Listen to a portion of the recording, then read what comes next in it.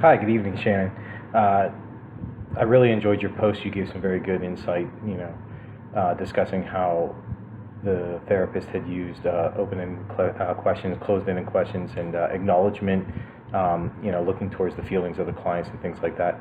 I'd like to touch on more towards the end of your post and what you stated about how you don't believe that it's true that it's always used in what real life scenarios are right now in counseling and things like that. And you gave some very good examples about your personal experiences with where you work.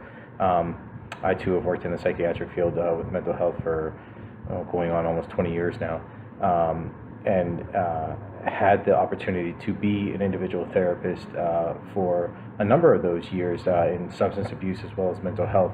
I do notice that throughout a session, it just depends on the client specifically. There are times in sessions and things like that where the session would completely divulge around the client opening up and discussing just their feelings for well over 50 minutes straight, whereas you don't even get a chance to ask any kind of open or closed-ended questions or acknowledge certain things because they just need to talk at the time, and that's a form of acknowledgement as well, allowing a person to open up and talk without redirection or prompting of any sort from the therapist in order to allow them the time to maybe get something off of possible crisis they had at that point in time before they came in. But I do agree with you, there are times where you don't really get a chance to put in some of the basic skills, or some of the basic skills are actually used, but you don't really notice that they're being used at that point in time. It could be minimalistic at most.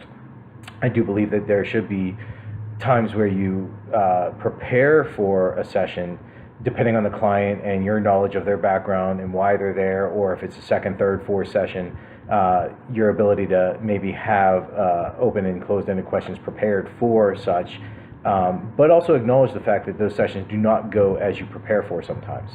So good luck, and I do agree with you as per the real world scenarios and things like that, that we can't take it for granted that everything is going to be basic in a session with a client, because that's not why they're there, is for simplicity or basics. They're there for help and support and encouragement, and things can't go the perfect way.